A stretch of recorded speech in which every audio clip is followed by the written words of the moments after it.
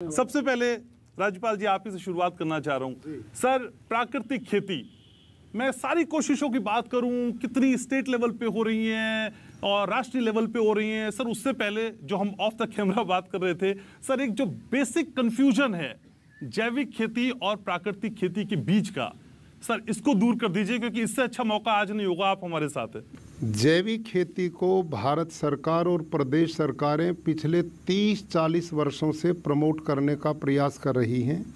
जैविक खेती में पक्के गड्ढे बनाए जाते हैं, उनमें गोबर की खाद डाली जाती है और उसमें जो केचुआ अर्थवर्म डाला जाता वो भारत का होता ही नहीं, वो विदेश से आयात किया जाता है। एसेफिटिडा उसका नाम है, जो मिट्टी नहीं खाता, केवल गोबर खाता है। भारत के खाद्यान्न भंडार को भरने के लिए मुख्य रूप से 2 फसलें योगदान करती, गेहूं और चावल। इन दोनों ही फसलों का भरपूर उत्पादन लेना है तो 1 एकड़ में 60 किलो नाइट्रोजन की जरूरत है।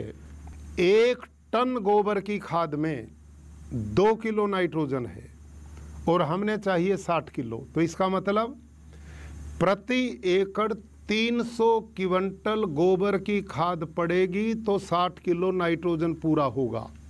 1 एकड़ के लिए 300 क्विंटल गोबर चाहिए तो 30 पशु चाहिए।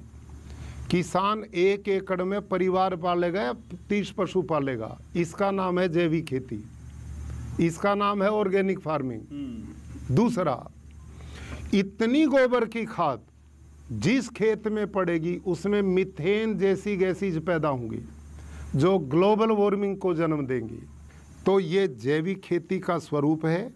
जबकि प्राकृतिक खेती क्या है, इसमें कोई बाहर के इनपुट की जरूरत नहीं है। इसमें केवल घर में एक देसी गाय चाहिए, और देसी गाय भी 1-2 एकड़ का किसान है, वो तो 4 किसान भी एक गाय पालेंगे तो भी काम चलेगा।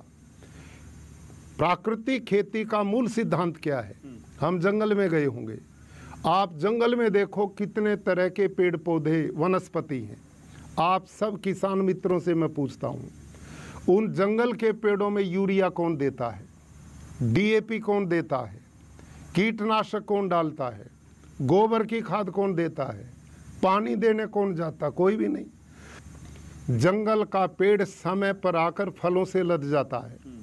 जंगल के पेड़ के किसी भी पत्ते को तोड़ो और प्रयोगशाला में लेके जाओ, उसमें एक भी पोषक तत्व की कमी नहीं मिलेगी। Phosphor, zinc, potash, magnesium, iron, copper सब कुछ उसमें विद्यमान है। कहाँ से आया वो? ठीक है, नेचर ने दिया, प्रकृति ने दिया। ये जो एक बहुत बड़ा तंत्र हमने चलाया है कि बाहर से लेके खेत में डालो, इसका मूल कारण क्या है? इसका मूल कारण ये है कि जब डॉक्टर स्वामीनाथन ने 60 के दशक में हरित क्रांति का प्रारंभ किया, उसके हम विरोधी नहीं है, वो समय की मांग थी, लेकिन डॉक्टर स्वामीनाथन ने 2.5 एकड़ में 13 केजी नाइट्रोजन डालने का प्रावधान किया गया था, 13 किलो, और उत्पादन बहुत होता था। लेकिन आज स्थिति क्या है? आज 1-1 एकड़ में आलू में किसान 13 बैग डाल रहा, 13 थैले डाल रहा है। ये अंतर क्यों पड़ा? इसलिए पड़ा कि जब हरित क्रांति शुरू हुई उस समय पूरे देश की धरती का ऑर्गेनिक कार्बन 2 से 2.5% था। जंगल की भूमि की तरह उपजाऊ थी जी। और उसमें बहुत बैक्टीरिया, सूक्ष्म जीवाणु, केचुआ भरपूर मात्रा में था।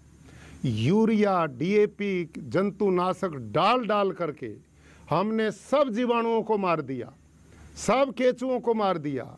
जो पौधे का भोजन बनाने वाले सूक्ष्म जीवाणु थे वही मार दिए, तो फिर पैदावार कहाँ से होगी? भाई और बहनों, आपसे मैं पूछना चाहता हूँ, ये जो सूक्ष्म जीवाणु हैं जो हम प्राकृतिक खेती में बढ़ाने का काम करते हैं, और उसका बहुत सरल तरीका हमने जो दिया वो क्या है? आप एक 200 लीटर का ड्रम लो, उसको छाए में रख दो, 180 लीटर पानी भर दो, उसमें देसी गाय साहिवाल, थारपारकर, राठी, गिर, हरियाणवी, कांकरेज, केवल ये गुण इन्हीं गायों में, बाकी किसी पशु में नहीं पाया गया। देसी गाय के 1 ग्राम गोबर में 300 करोड़ से भी ज़्यादा सूक्ष्म जीवाणु हैं और गोमूत्र खनिज का भंडार है।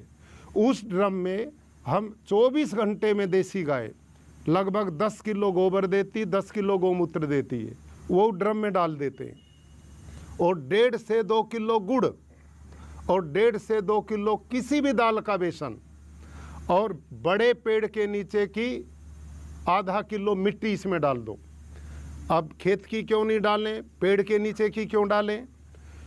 पेड़ के नीचे की इसलिए डालें कि वहाँ आपने यूरिया, DAP, जहर नहीं डाला है, वहाँ सूक्ष्म जीवाणुओं का भंडार है। खेत में आपके कुछ बचा ही नहीं है, इसलिए वो मिट्टी नहीं डालनी है।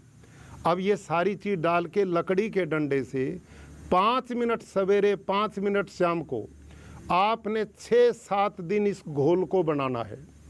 अब आपसे मैं पूछता हूँ, देसी गाय के 1 ग्राम गोबर में 300 करोड़ सूक्ष्म जीवाणु, तो 10 किलो गोबर डाला, कितने होंगे? 30 लाख करोड़ सूक्ष्म जीवाणु। और उन सूक्ष्म जीवाणुओं को उपाध्याय जी हमने खाने के लिए दिया प्रोटीन, दाल का बेसन, वो बलवान होंगे, स्वस्थ होंगे। गुड़ दिया, मल्टीप्लाई होंगे, उनकी संख्या बढ़ेगी। और मिट्टी दी, उसमें भी बैक्टीरिया, सूक्ष्म जीवाणु हैं, उनमें कल्चर बनेगा, जाग बनेगा, जामुन लगेगा, इनकी संख्या आपस में बढ़ेगी तो कितने बढ़ेंगे? डॉक्टर बलजीत सारंग जी ने रिसर्च के बाद बताया, इस ड्रम में 72 घंटे तक इन सूक्ष्म जीवाणु, ये जो सूक्ष्म जीवाणु हर 20 मिनट में डबल होते हैं, हर 20 मिनट में डबल। फिर इनको स्प्रिंकल से, पानी से, ड्रिप से आप खेत में दे दो। आकाश में 78% नाइट्रोजन है। इनमें ऐसे सूक्ष्म जीवाणु भी जो आकाश से नाइट्रोजन खींचते हैं। प्राकृतिक खेती में नाइट्रोजन कहाँ से लाओगे? ये तरीका है। वो नाइट्रोजन लेंगे, उससे भोजन बनाएंगे, पौधे की जड़ को देंगे। सुनो ध्यान से, इस धरती माता में phosphor, zinc, potash, magnesium, iron भरपूर मात्रा में है, लेकिन वो जड़वत है, अपने आप भोजन नहीं बनता पौधे का। उस तत्वों से भोजन बनाने का काम ये सूक्ष्म जीवाणु करते हैं।